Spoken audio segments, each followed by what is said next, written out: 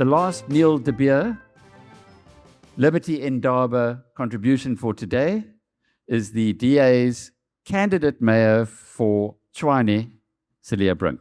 Cilliers. This BizNews production is brought to you by Brenthurst Wealth. A Mauritian trust offers a powerful solution for global estate planning. Invest better with Brenthurst. It is a wonderful privilege to be talking to the BizNews tribe in person, although, Alec, as you mentioned, you put me between the tribe and food and drinks. But I'll try and make it worth your while. I do just want to pay tribute to the person whose idea it was to have me here, and that's a wonderful, kind-hearted, passionate South African, Neil de Beer. And I think we can give him a round of applause.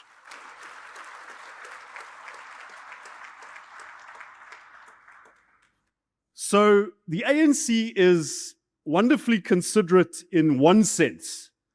When it wants to threaten our personal liberties, it packages its intentions in three-letter abbreviated form. So have you noticed this? EWC, NHI, BEE. But I want to talk about a less obvious threat to our personal liberty. And that is the threat that arises because of collapsing municipalities and the inability of local government to turn tax into public goods, in particular infrastructure. It has been a theme here today. Some people say we need more enclaves. Others say we need more, Western Cape independence. And those things are good. It must happen.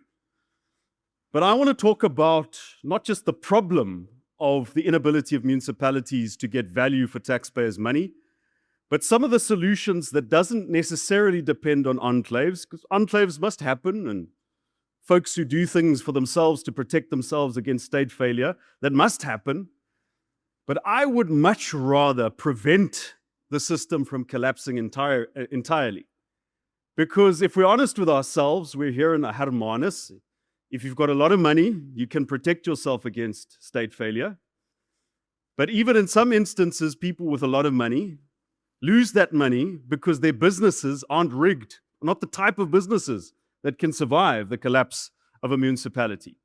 So I want to talk about that. But let me start with my experiences as mayor of Tshwane. I served in that position for about 18 months, very intense and consequential. I was removed from that position, as were the DA and our coalition partners, by an alter ego of a gentleman who spoke to you earlier today.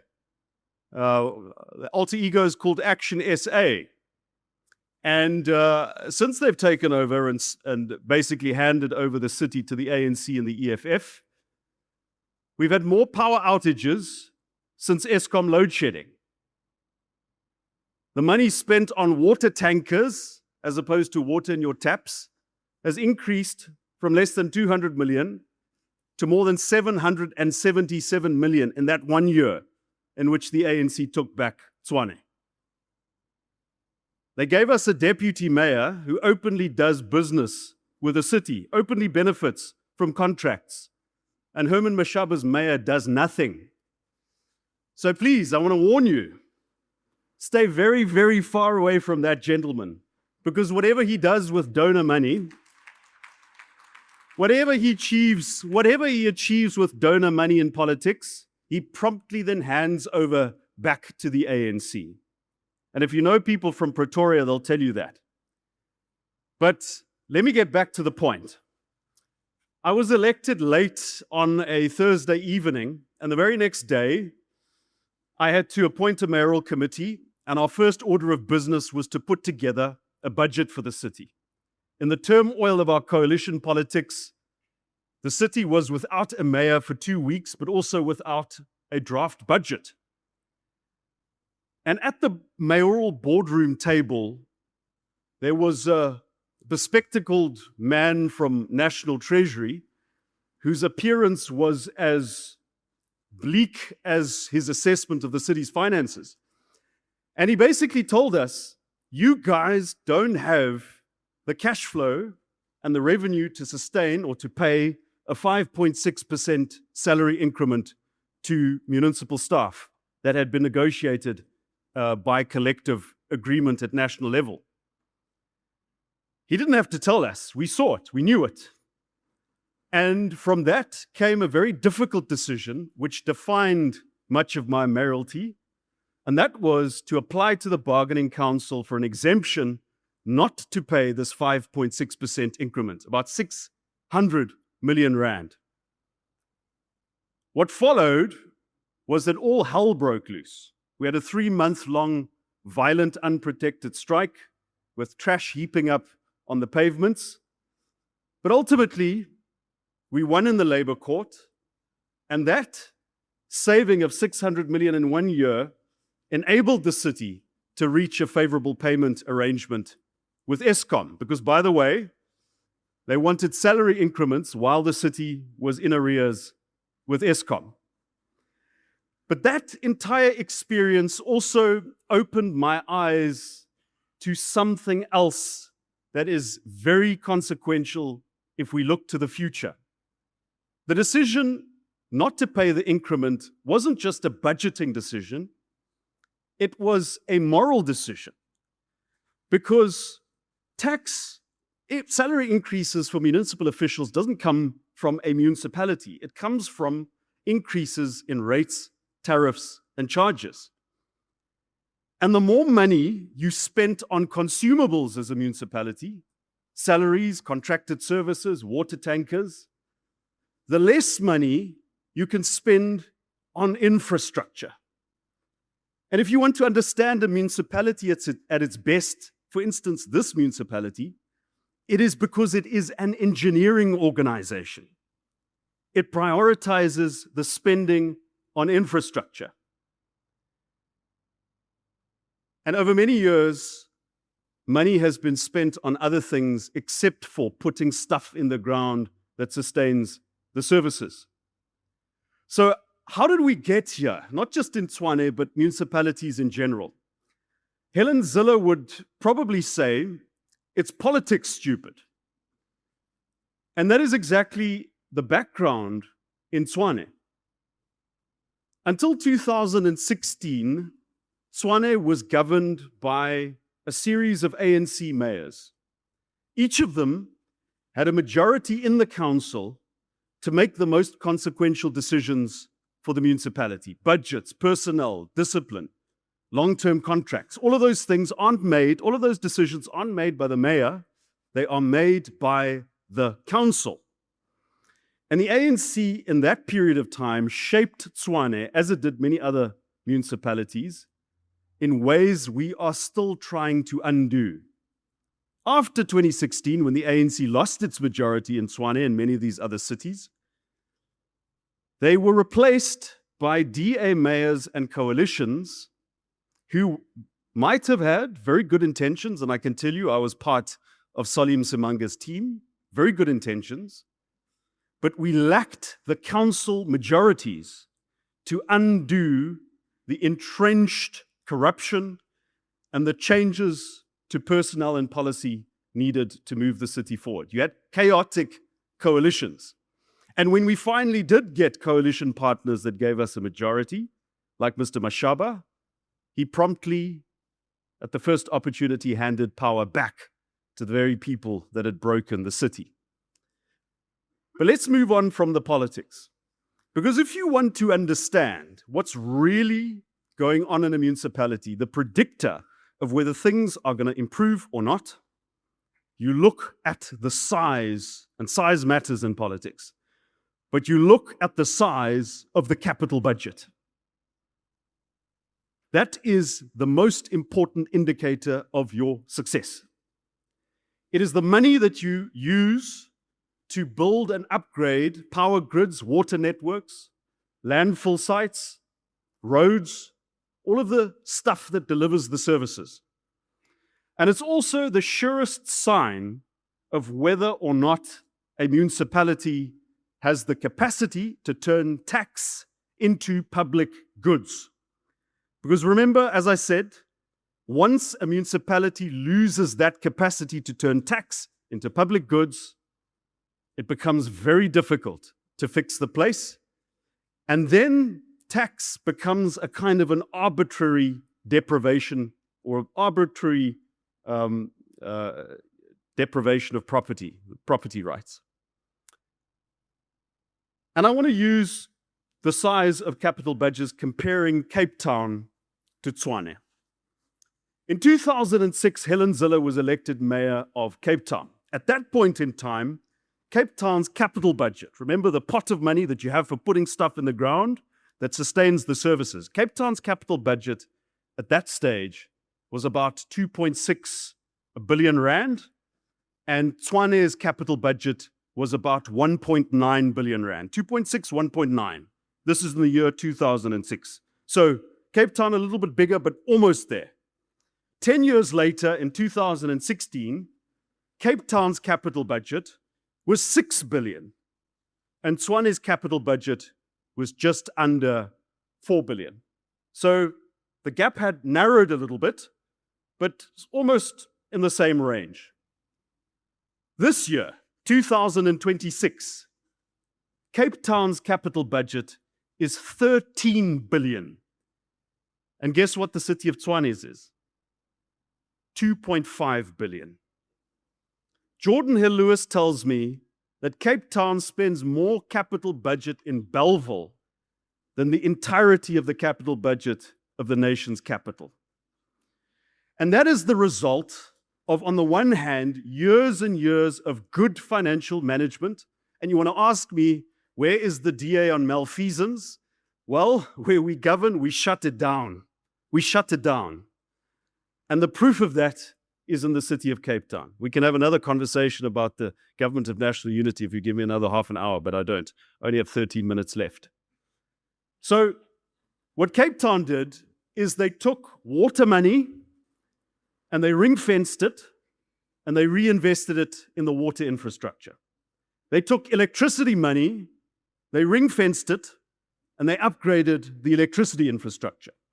They took waste collection money, they ring-fenced it, and they upgraded the landfill sites and the other infrastructure to keep the streets clean. In Tshwane and most other places, that money went into a big pot, and your so-called trading services, the money that you are meant to reinvest in the underlying infrastructure, went to subsidize stuff, paying salary increases, paying contracted services, blowouts on security companies and water tankers. And that is the fundamental difference. But we are not Cape Town in 2006. I can't just take Helen Zille's plan of government, which she adopted back then, and dust it off and try and fix the institutions of Tshwane municipality. And the same is true probably of Johannesburg. Helen Zille can't implement the Cape Town plan of 2006 and hope to succeed in Cape Town and in Johannesburg in 2026. We have to find a way of getting massive increases in capital investment and upgrading infrastructure in a short space of time, because the time is so limited and the state of the infrastructure is in such a state of decline. We don't have 2 decades to fix things the pull yourself up by your bootstraps kind of way. So, and this is what I want to share with you, a new approach to infrastructure. What is Operation Vulindlela? Now, I know this gathering here is not very warm and fuzzy towards what's happening in national government, and with good reason.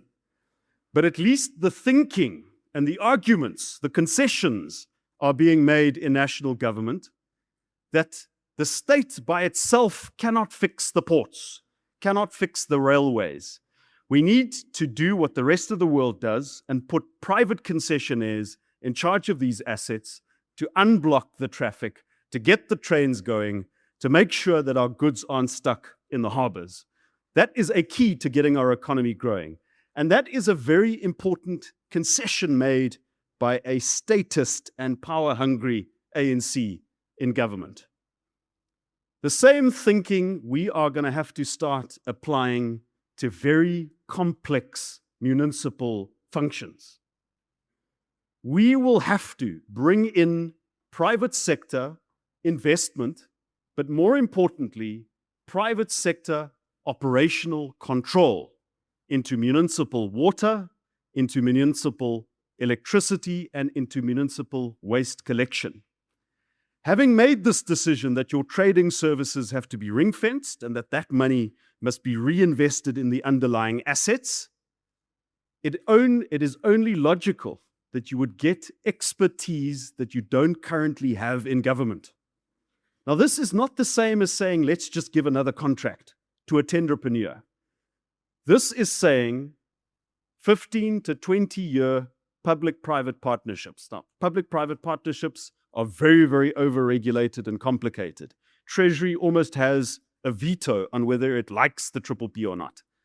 But you can structure it in other ways that involves a private sector operator. And this is not just a libertarian fever dream. We have seen this being implemented in parts of our country. South Africa has got 2 private water concessions, both concluded in 1999 before the very complicated Municipal Finance Management Act. And if you look at those 2 jurisdictions, it's Ballito and Nelspruit, by the way. Anyone here from Ballito and Nelspruit? Okay, at least one person. And the blue drop status of water in those jurisdictions, or the status of water in those jurisdictions is blue drop. Oh, I know most people don't know what that is. It means the water is fairly clean. So it's good. The water losses in those jurisdictions are lower than most municipal water service providers. And importantly, the collection rate, the payment rate, which you need to sustain that infrastructure, is on average higher. So it concluded in 1999. They're, I think, to expire in 2029. Not perfect. I think they have to be renegotiated a few times. But it's amazing how with the unrest in KwaZulu-Natal and the plague that hit them, the floods and all sorts of things, Ballito municipality was able relatively quickly to rebuild its systems, while the neighboring Durban municipality, I think, now still has damage it hasn't fixed. I want to mention another example, and that is electricity. On a smaller scale, but there are 2 dorpies in the Free State where the municipalities, not DA municipalities, decided to grant management agreements to a private company called Rural Maintenance. Now, I have no interest in rural maintenance. My only interest is in what can be done to actually upgrade infrastructure. Handed over the electricity networks to this company. They took over in one instance, I think the instance of Frankfurt, Mafube. They took over some of the municipal staff. They didn't just fire people, they took over the municipal staff. They used technology to detect where electricity was being lost. They upgraded piece for piece parts of the network. They installed meters to actually see whether the municipality is getting a fair deal from Eskom. And they got a great deal more productivity from folks who, in ordinary circumstances, would be said, no, you are incompetent, you can't do the job, etc. And within months, they were able to reduce electricity distribution losses in that municipality. And it was more recently done in Springbok as well. I think the name of the municipality is called Namakwa. So these are small places, small examples. But if we are serious about rebuilding infrastructure, reducing distribution losses, and making sure that we're not trapped with our assets in failing municipalities, it's the kind of thing we have to explore going forward. It is a very important question that I have asked myself. What would you do differently if you had the opportunity to come back as the mayor of Tshwane? It's an important question. It requires a great deal of self-sacrifice and or self-reflection and honesty. And I can tell you that is what we have to do differently. It's the only way we're going to get upfront capital investment and the expertise which government now doesn't have, the technical engineering expertise required to improve services and infrastructure in a short period of time. And I will give you 5 minutes to spare, but let me conclude with this. I am hopeful for South Africa. I am optimistic, despite all of the bad stuff and the negative vibe that unfortunately is part of the reality of being a South African. We have some pretty impressive people in this country who love this place, haven't left, and whose skills and expertise can be used to make this a better place and to create a future for our children. There is nothing wrong with South Africa at this point. We might still get pretty bad if we don't do things differently soon. But at this point in time, in this year of a local government election, I am convinced that there is nothing wrong with South Africa that cannot be fixed with what is right with South Africa. Thank you very much. This BizNews production is brought to you by Brenthurst Wealth. The wealthy aren't leaving South Africa, but their trusts are moving offshore. Invest better with Brenthurst.